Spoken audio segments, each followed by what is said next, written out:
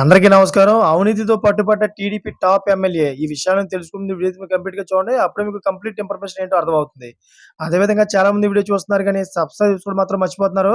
దయచేసి సబ్స్క్రైబ్ చేసుకోండి. సబ్స్క్రైబ్ చేసుకోవడం వల్ల నేను చేసే ప్రతి ఒక్క అప్డేట్ మీరు ముందుగానే పొందగలుగుతారు. అదేవిధంగా చాలామంది లైక్ చేయడం మర్చిపోతున్నారు. దయచేసి లైక్ చేయండి. లైక్ చేయడం వల్ల ఈ ఇన్ఫర్మేషన్ అనేది మనం చాలా మందికి రీచ్ చేసిన వాళ్ళం అవుతాం. ఇంక లేట్ చేయకుండా వీడియోలోకి వెళ్ళిపోదాం.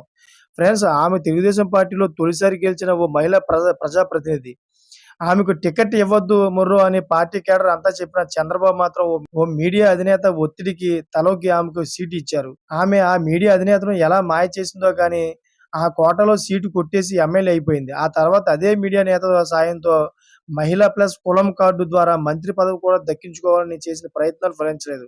కట్ చేస్తే గెలిచి 3 నెలలు అవుతుందో లేదో అవినీతి దందాల్లో విశ్వరూపం చూపిస్తోంది. పార్టీ కేడర్‌ను ఆమెను ఎంతో కష్టపడి గెలిపించారు. ఇప్పుడు అదే కేడర్‌ను ఆమె తొక్కేస్తూ, దూరం పెడుతూ నరకం చూపిస్తున్న పరిస్థితి.